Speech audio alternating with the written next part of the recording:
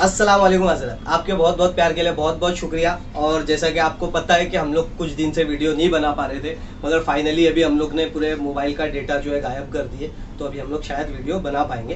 तो कुछ सवाल थे बहुत दिन से, तो शफ़ान के पास में सवाल सारे जमा थे जो हम लोग नहीं कर पा रहे थे। तो इंशाल्लाह दो तीन दिन करके सवाल हम लोग क्लियर करेंगे आपसे वीडियो में इंशाल्लाह ताला। तो क्या सवाल था शफ़ान? तो रियाज भाई एक ऐसा सवाल है जो आप ही ना सुन के एकदम अजब सा हो जाएगा आपका मुंह भी कि ना एक शख्स ने सवाल पूछे थे कि ना जब है ना हज़रत अबू बकर सिद्दीक़ रज़ी अल्लाह ताला अन्हु जब उनका वफ़ात होने वाली थी उनकी, तो उनसे पहले उन्होंने एक जाहिरात किए थे कि मेरा जो जनाजा है उनको आप सल्लल्लाहु अलैहि वसल्लम के पहलू में रखा जाए, ठीक है, ये मानते हो आप।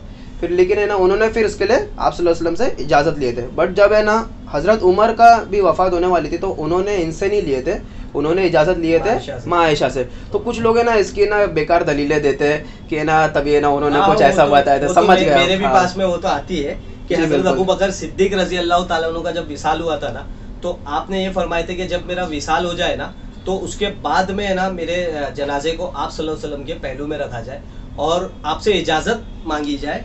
अगर से आपकी इजाज़त हो तो आपके पहलू में दफना देना, अगर नहीं हो तो आम मुसलमानों के कब्रिस्तान में दफना देना। तो जब लेके जाया गया आप सल्लल्लाहु अलैहि वसल्लम की बारगाह में, जब आप अबू बकर सिद्दीक रज़ी अल्लाह ताला अन्हु का विसाल हुआ, तो जब लेके जाया गया, जब इजाज़त तलब की गई तो अंदर से सदाई के लेके आ जाओ, तो आपको आप सल्लल्लाहु अलैहि वसल्लम के पहलू में दफन कर दिया गया हज़रत अबू बकर सिद्दीक रज़ी अल्लाह ताला अन्हु को। लेकिन हज़रत उमर रज़ी अल्लाह ताला अन्हु ने ये कहा था कि अपनी ज़िंदगी में कि जब मेरा विसाल हो जाए तो आप सल्लल्लाहु अलैहि वसल्लम के पहलू में माँ आयशा से इजाज़त मांग लेना कि अगर से वो इजाज़त देती है तो मुझे दफना देना, नहीं तो आम कब्रिस्तानों में दफना देना। तो अब इससे बहुत से लोग ये निकालते हैं कि तुम ये जो बोलते हो हज़रत अबू बकर सिद्दीक रज़ी अल्लाह ताला अन्हु ने कुछ सवाल किए थे तो अंदर से सदा आई थी आप सल्लल्लाहु अलैहि वसल्लम की कि दफना दिया जाए।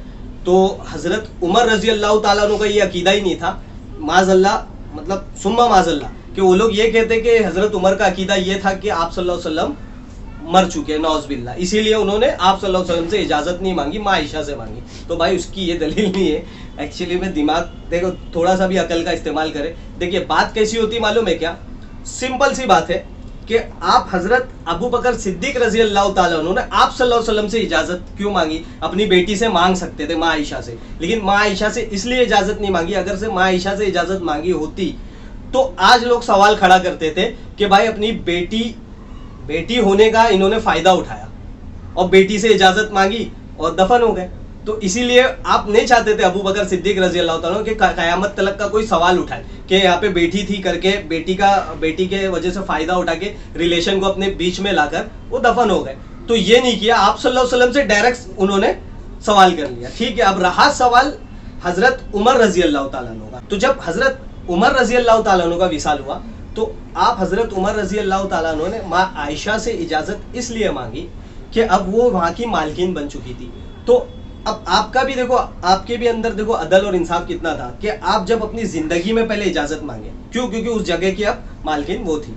तो आपने इजाज़त मांगी अपनी ज़िंदगी में, फिर ज़िंदगी के बाद भी अपने बेटे से भी ये कह कर गए थे कि जब मेरा विसाल हो जाए ना तो फिर दोबारा से पूछ लेना, वेरीफाई कर लेना जाके कि मैं दफन क्यों, क्योंकि हो सकता है मेरी ज़िंदगी में वो मेरे रौब और दबदबे के वजह से, क्योंकि आप जाहिर सी बात है आपकी खिलाफत थी, तो कहीं मेरे खिलाफत के वजह से तो वो मुझे इजाज़त दे रही है और बाद में शायद उनका जो दिमाग है वो चेंज हो जाए, जहन चेंज हो जाए।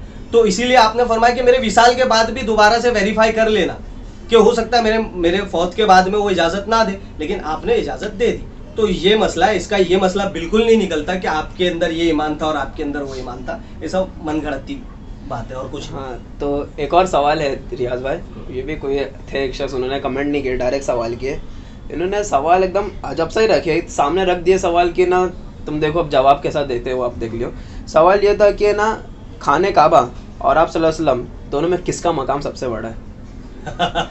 अच्छा, ये भी एक बहुत मतलब पेचीदा, मतलब नहीं, अतरंगी दिमाग का सवाल है। लोग करते हैं ऐसे तो ये सवाल तो आता भी नहीं है लोगों के दिमाग सवाल तो मेरे भी दिमाग। देखिए कैसा है मालूम है क्या, सबसे 100 की सीधी एक बात, मैं आपसे एक सवाल पूछता हूँ और जनता से भी, अपनी पब्लिक से भी एक सवाल पूछता हूँ कि उसका जवाब अब सबके दिल खुद ही देंगे इंशाअल्लाह, जो आशिक़े रसूल होगा। मैं आपसे पूछता हूँ कि खाने काबा क्या है? जी अल्लाह की मखलूक है। अल्लाह की मखलूक है, बिल्कुल। आप सल्लल्लाहु अलैहि वसल्लम क्या है? वो भी अल्लाह की मखलूक, वो भी अल्लाह की मखलूक है। अब मैं आपसे पूछता हूँ सारी कायनात में तमाम मखलूक से सबसे अफजल मखलूक क्या है? आप सल्लल्लाहु अलैहि वसल्लम। आप सल्लल्लाहु अलैहि वसल्लम है। जी, तो बिल्कुल। बस खत्म, आप ही ने उसका जवाब दे दिया उसका। बिल्कुल, बिल्कुल। तो और कुछ सवाल नहीं? ठीक है, चलो फिर इसी के साथ मैं आपसे विदाई चाहूंगा। अगर से आप हमारे चैनल पर नए तो हमारे चैनल को सब्सक्राइब करें और लाइक जरूर करें। और दूसरी बात, अगर से आप हमारा ये वीडियो फेसबुक या इंस्टाग्राम पे देख रहे हैं तो हमारे पेज को फॉलो करें।